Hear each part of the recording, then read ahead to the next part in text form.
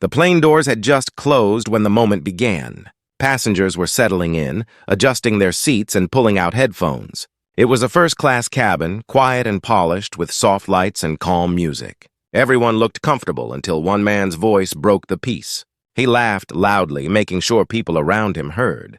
He had noticed Keanu Reeves sitting a few rows ahead, dressed simply, with his bag tucked carefully under his seat. The man smirked and whispered just loud enough for others to catch his words. Look at him, the so-called Hollywood star. Doesn't even act like he belongs here. Probably trying to look humble? But we all know these celebrities can't survive without attention.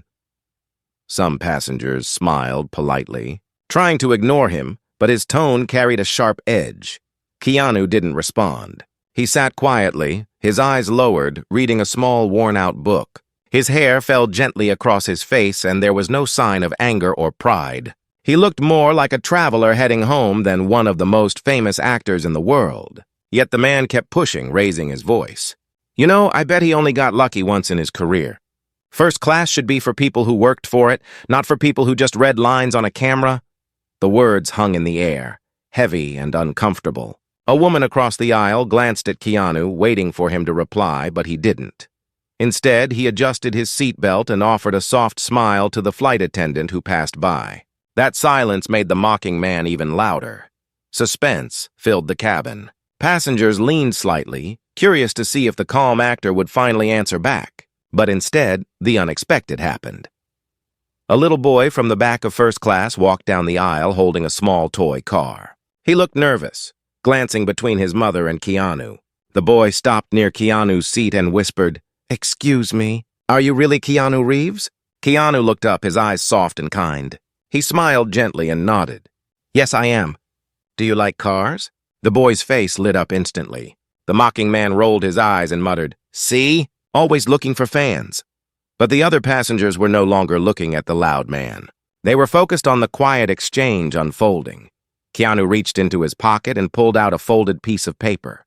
It wasn't flashy or expensive, just a simple sketch he had drawn earlier during the waiting lounge. It was a picture of a motorcycle, drawn with care. He handed it to the boy. "I used to dream about building these when I was your age," he said softly. "Never stop dreaming, okay?" The boy clutched the paper as if it were treasure. His mother's eyes welled up with tears, whispering thank you over and over. The cabin grew silent. Everyone could feel something shift in that moment. The man who mocked Keanu tried to laugh again, but his voice sounded weaker now. Still, Keanu said nothing to him. His kindness wasn't for revenge, and it wasn't for show. It was real, natural, and deeply human. Yet the story was far from over. What no one in that cabin knew was that this flight would reveal truths no one expected. Truths that would leave the mocking man ashamed, the passengers speechless, and the world reminded of what true respect looks like. And it all began with that quiet smile, that small act of kindness, and the decision to answer cruelty with silence. The flight had only just lifted off the ground when the silence in the cabin felt heavier than before. Some passengers tried to sink back into their seats, but their minds were still caught between the man's loud, mocking words and Keanu's quiet act of kindness. There was a strange tension, as if everyone was waiting for something else to happen. The man leaned back in his seat with a smug grin. He pulled out his expensive tablet, scrolling through it with exaggerated gestures, as if trying to remind people that he was important. Every now and then, he would throw a glance toward Keanu, almost daring him to respond. But Keanu never did. He simply adjusted the small book in his hands and kept reading. The book wasn't new. Its pages were bent and the cover was worn. It looked like something he had carried for years. A woman sitting across from him finally leaned toward her husband and whispered, "It's strange. You expect celebrities to defend themselves, to fight back. But he's just calm." Her husband nodded, lowering his voice even more. "Maybe that's the real difference." "He doesn't need to prove anything." The mocking man overheard them and scoffed loudly. "Please, it's an act. People like him survive on fake kindness. When the cameras aren't around, I bet it's all different." His voice cut through the cabin again, stirring discomfort. Just then, the little boy with the toy car returned. This time he wasn't alone.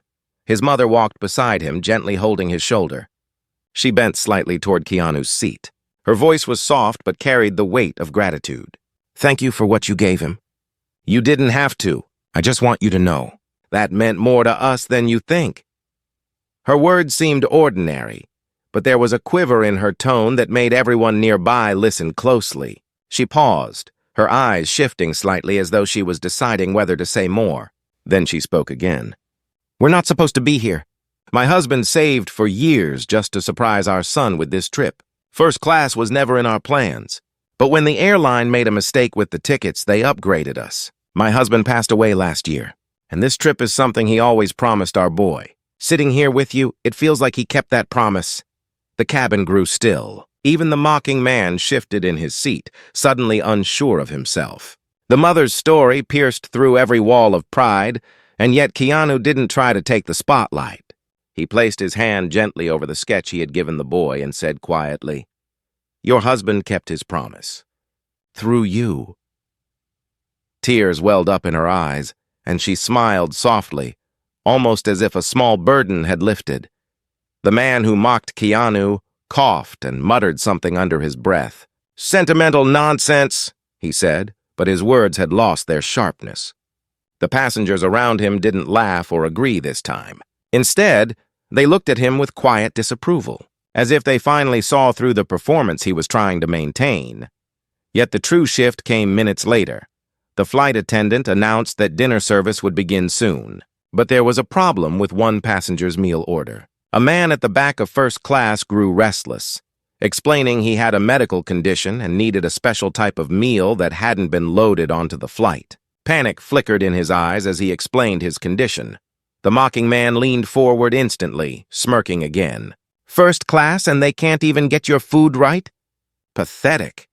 He shook his head, laughing quietly at the airline's mistake. But Keanu stood up calmly. He walked to the flight attendant and whispered something. She looked surprised at first, then nodded. When Keanu returned to his seat, he carefully opened the small bag under his chair. Inside, he pulled out 2 simple containers of food he had packed himself. He stood again, walked to the passenger in need, and placed the container gently on his tray. "It's nothing fancy," he said softly, "but it's clean, fresh, and it might help." The man with the condition looked at the food as though it were gold. His hands trembled. "Thank you. You just saved me from a dangerous night." The cabin erupted in whispers. Passengers leaned toward each other, shocked not just at the generosity, but at the preparedness. Why would a Hollywood star bring his own food on a first-class flight? The answer was simple, but it revealed a truth most people never knew about Keanu Reeves. He lived humbly, always ready for himself, and often ready to help others. The mocking man's smirk vanished. For the first time, he looked uncomfortable. Sweat gathered at his temple as the weight of silent judgment pressed against him. But what was coming next would push him to a breaking point.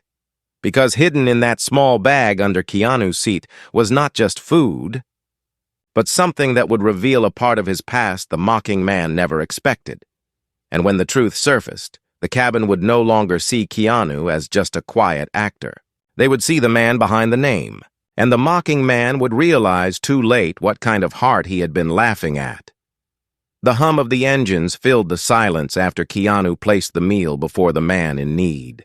Passengers watched as the man took the first careful bite, relief spreading across his face like warmth after a storm. Some people whispered softly. Others simply shook their heads in disbelief. In a space where most people guarded their comfort, Keanu had offered his own without hesitation. The mocking man shifted uncomfortably. His earlier arrogance now felt hollow. He tried to hide behind his tablet again, pretending to scroll. But he couldn't stop glancing at Keanu. The actor didn't notice. Or maybe he did, but chose not to care. He leaned back into his seat and opened his worn book again as if nothing had happened.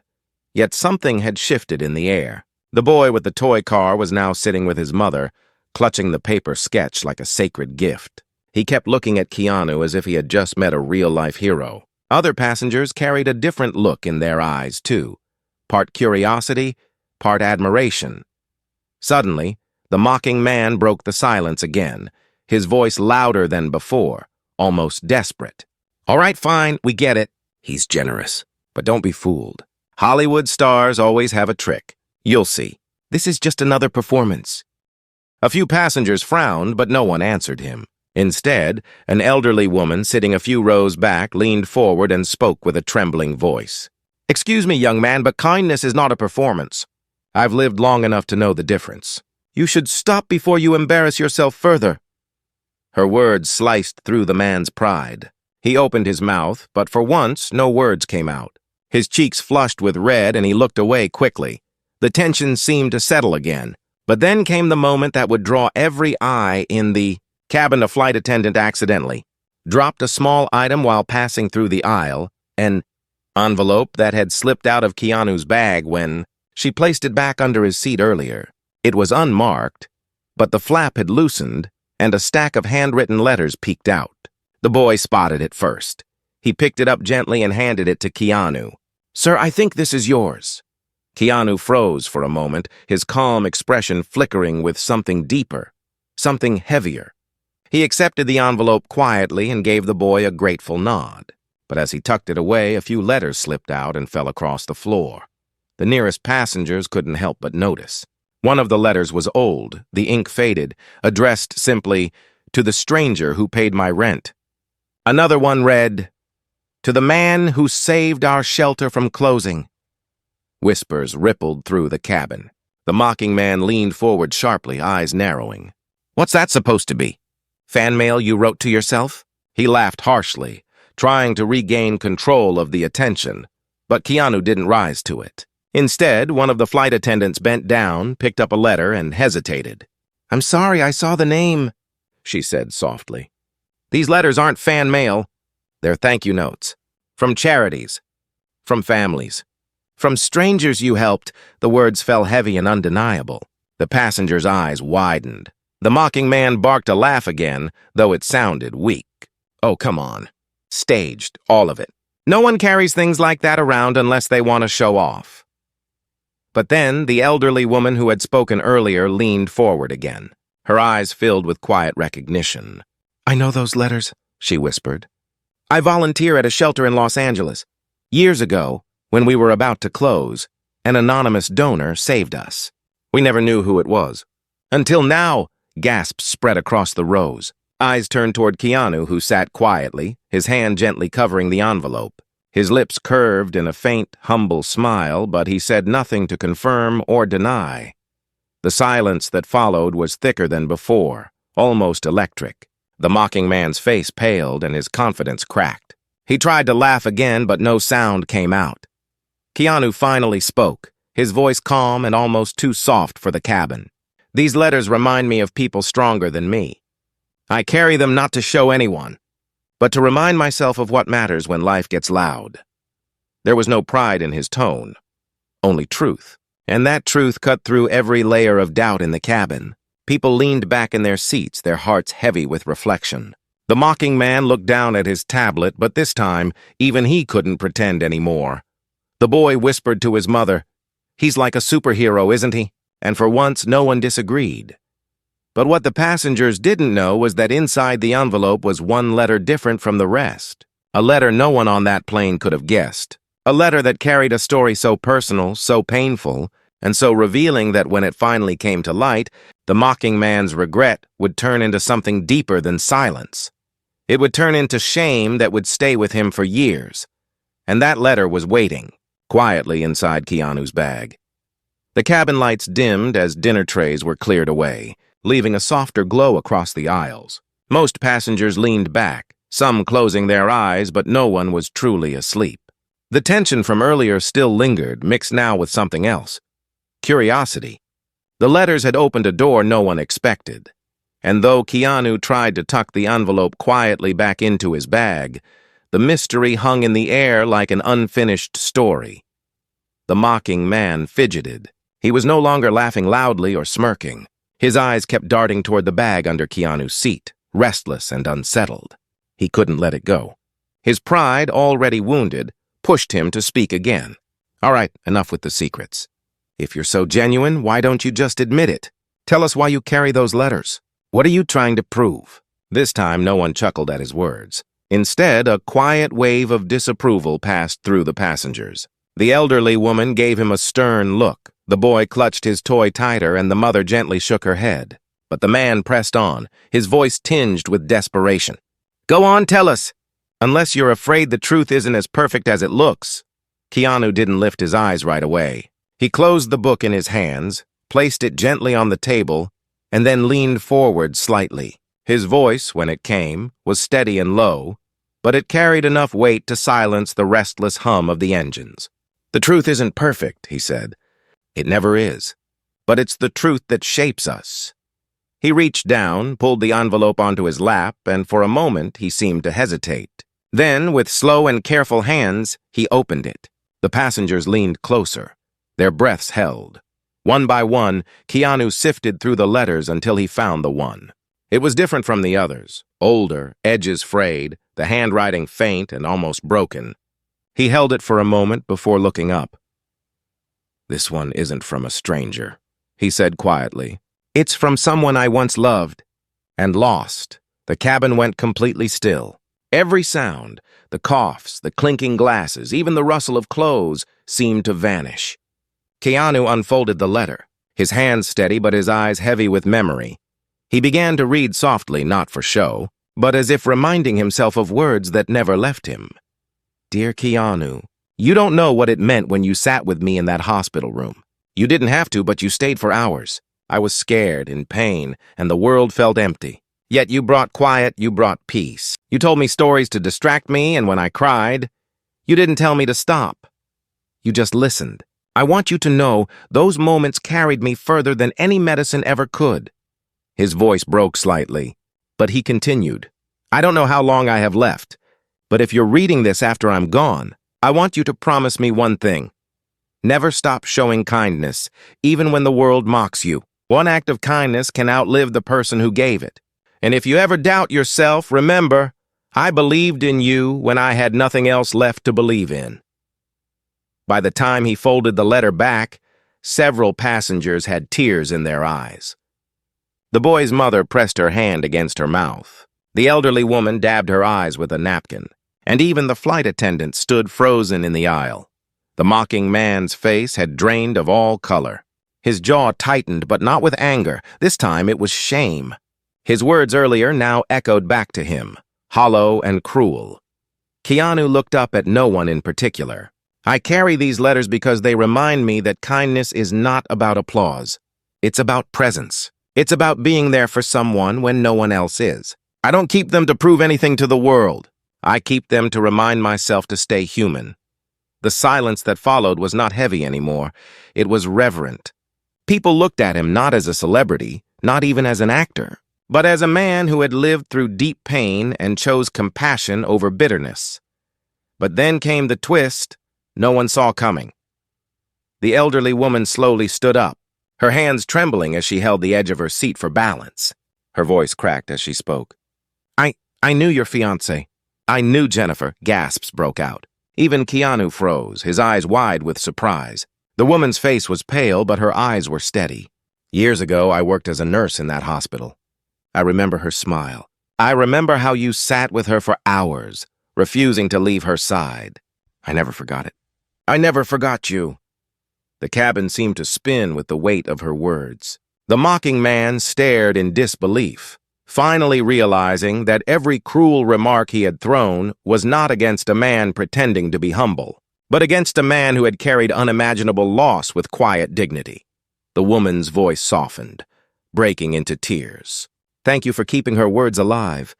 You don't know how much this moment means to me. Keanu lowered his head, his hands tightening over the letter. For a long moment he said nothing. Then, with a quiet strength, he whispered, I never wanted to carry her memory as a burden. I wanted to carry it as a light. I'm glad to know it reached you, too.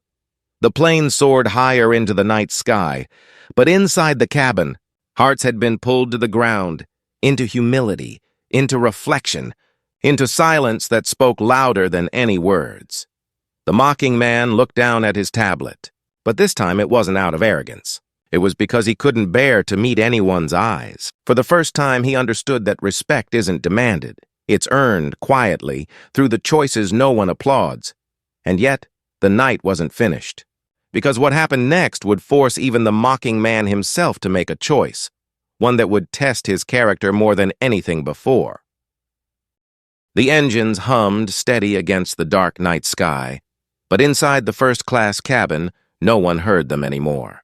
People were lost in their thoughts, their emotions still tangled in the words of the letter Keanu had read. Some passengers wiped silent tears. Others kept their eyes fixed on him, as if waiting for something more.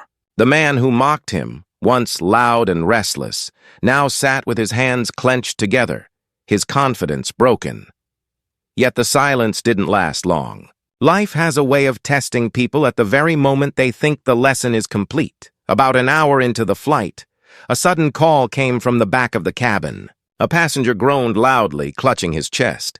The flight attendants rushed over, panic flashing across their faces. The man was pale, sweating, gasping for air. Whispers rippled through the rows. It was a medical emergency, and thousands of feet above the ground, there was no hospital, no ambulance, only the quick choices of those nearby. The lead attendant asked in a trembling voice, "Is there a doctor on board?" Everyone turned to look around, but no one spoke. The silence was suffocating. The passengers' breathing grew weaker. Fear gripped the cabin like a fist, and then something unexpected happened. The mocking man stood. His voice, which had carried arrogance before, now carried urgency. "I'm a doctor," he said firmly. "I can help." The passengers gasped. Even Keanu looked at him, his calm eyes locking onto the man who had spent the last hours tearing him down. The flight attendants moved quickly, making space for him. The mocking man knelt beside the patient, his hands moving with practiced confidence. He checked the pulse, instructed the attendants for oxygen, and asked for a medical kit. For the first time on that flight, people saw him differently. His arrogance faded, replaced by focus and skill. The man who had mocked kindness was now fighting to save a stranger's life. Still, tension hung heavy. The patient's breathing remained shallow. The mocking man worked quickly, administering what he could, but frustration creased his brow. "I need more than what's here," he muttered. Then Keanu stood, walking toward him. He bent down, placed a hand gently on the doctor's shoulder, and said softly, "You're not alone. Tell us what you need. We'll find a way." The mocking man froze for a moment. His pride screamed at him to refuse, but something in Keanu's voice disarmed him. He nodded, swallowed hard, and said, "I need someone to keep him steady. I need others to get cold towels. And I need silence, no panic." Without hesitation, passengers obeyed. The elderly woman brought towels.